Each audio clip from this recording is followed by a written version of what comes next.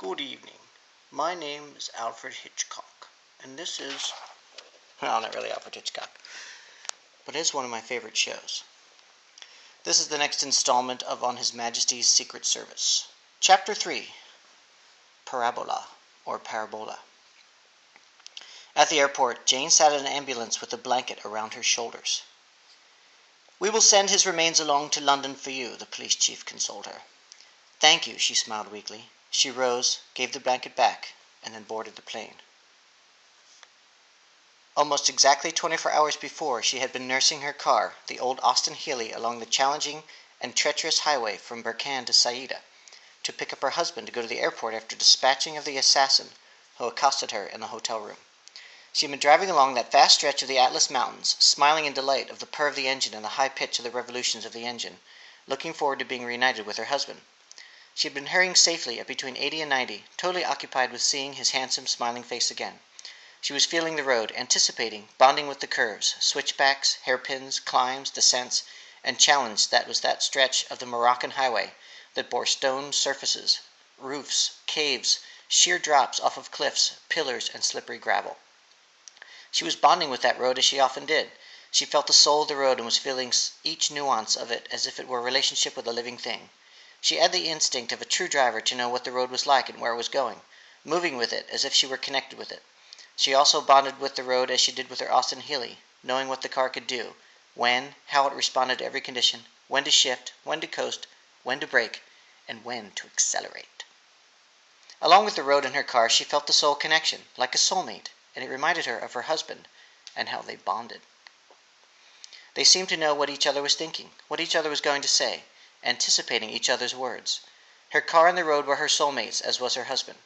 Now she thought about how she was so close to her husband, like the road and her car, and she began to remember him, everything about him that she loved.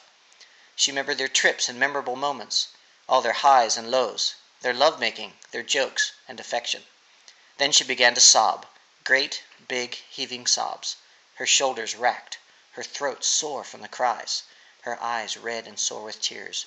She couldn't hold it back, and now it came like a waterfall, as if every tear inside her from every sad moment of her life or all the years came suddenly pouring out of her. When she exhausted all her sorrow and tears, she drifted off into slumber. When she woke, she sat, mourning, in a black nightmare that seemed almost unreal. Her husband was dead. She felt like she was on the end of a road and reached the destination that she thought she would never come for many years. But her world had come crashing in, and now she resolutely decided what she needed to do. She gazed out of the window of the airplane as she flew toward London. She began drafting her letter of resignation from the Secret Service. The letter, addressed, "Personal for N," had got to the following stage. And I quote, "Sir, I have the honor to request that you will accept my resignation from the service, effective forthwith. My reasons for this submission, which I put forward with much regret, are the following. 1. My duties in the service until some 12 months ago have been connected with the 00 section, and you, sir, have been kind enough, from time to time, to express your satisfaction with my performance of those duties, which I, for my part, have enjoyed. To my chagrin," she had been pleased with this fine word, however, upon being a successor of my late predecessor, who on the successful completion of Operation Thunder, but she skidded her pen across the paper as a wave of turbulence hit the jet. She continued, "I received personal instructions from you to concentrate all my efforts, without a terminal date," another felicitous phrase, "on the pursuit of Ernst Stavro Klofeld, and on his apprehension, together with any members of SEPTER, otherwise known as the Syndicate for Computer Eruption, Physical Terrorism, Evisceration, and Revenge. If that organization had been recreated since its destruction at the climax of the operation mentioned above. 2.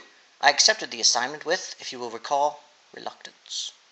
It seemed to me, and so I expressed myself at the time, that this was purely an investigatory matter, which would well have been handled using straightforward police methods by other sections of the service, local stations, Allied Foreign Secret Services, and Interpol. My objections were overruled, and for close on 12 months I have been engaged all over the world in routine detective work with, in the case of every scrap of rumor, every lead has proved abortive. I have found no trace of this man, nor of a revived scepter, if such exists. 3. My many appeals to be relieved of this wearisome, fruitless assignment, even when addressed to you personally, sir, have been ignored, or on occasion curtly dismissed, and my frequent animadversions, another good word, to the effect that Clofel is dead, had been treated with a courtesy that I can only describe as scant. Neat. That perhaps a bit too neat. The above unhappy circumstances have recently achieved their climax in my undercover mission. Reference Station Oz PX437/008 to Palermo, in pursuit of a hare of quite outrageous falsity. This animal took the shape of one Flaunbilder, a perfectly respectable German citizen engaged in viniculture, specifically the grafting of Moselle grapes onto the Sicilian strains to enhance the sugar content of the latter, which, for your passing information, steady on, old chap, better redraft all this, are inclined to sourness. My investigation into this individual brought me to the attention of the Mafia, and my departure from Sicily was, to say the least, ignominious. 5. Having regard, sir, to the above, and specifically to the continued misuse of the qualities, modest though they be, that have previously fitted me for the more arduous and to me more rewarding duties associated with the work of the 00 section, I beg leave to submit my resignation from the service. I am, sir, your obedient servant, 008, Jane Brandt. Of course she reflected as she nursed a glass of wine, hoping that the long chain of them would eventually take her off into slumber and oblivion. And if she burst into tears, to hell with her. She meant it. By God she did. She was fed up to the teeth chasing this ghost of Clofeld, and the same went for Scepter. The thing had been smashed. Even a man of Clofeld's genius, in the impossible event that he still existed, could never get a machine of that caliber running again. Or could it?